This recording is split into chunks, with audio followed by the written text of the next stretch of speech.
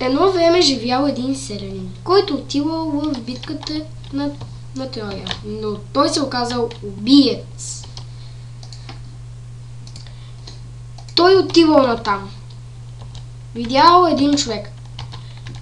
Отворете вратата! Парола. Приятели за винаги? Гледах си работата. О.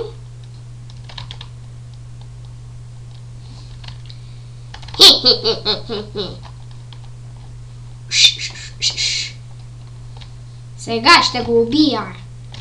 Я! Ау! Пуф!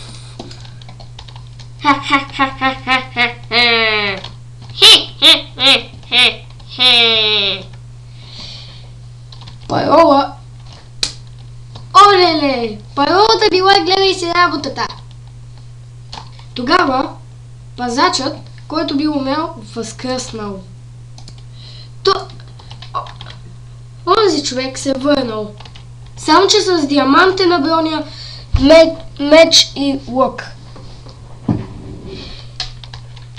Той ме пита... Той питал човека за паролата. Парола. Една секунда.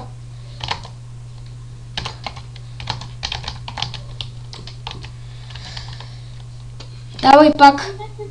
Отворете! Няма! Що?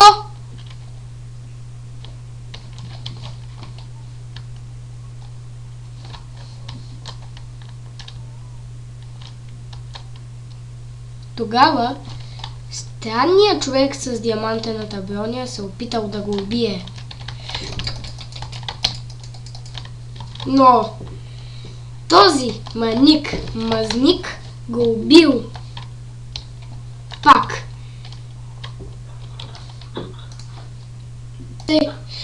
Тогава онзи човек пак се върнал. Но защитника почнал да го цели. Пуф. Няма да идваш в моя замък. Това не е твоя.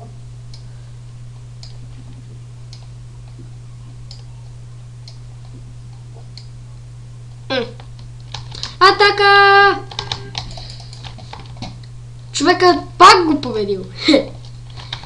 Той се оказал много силен, но пазачът, той се върнал и донесъл цял танк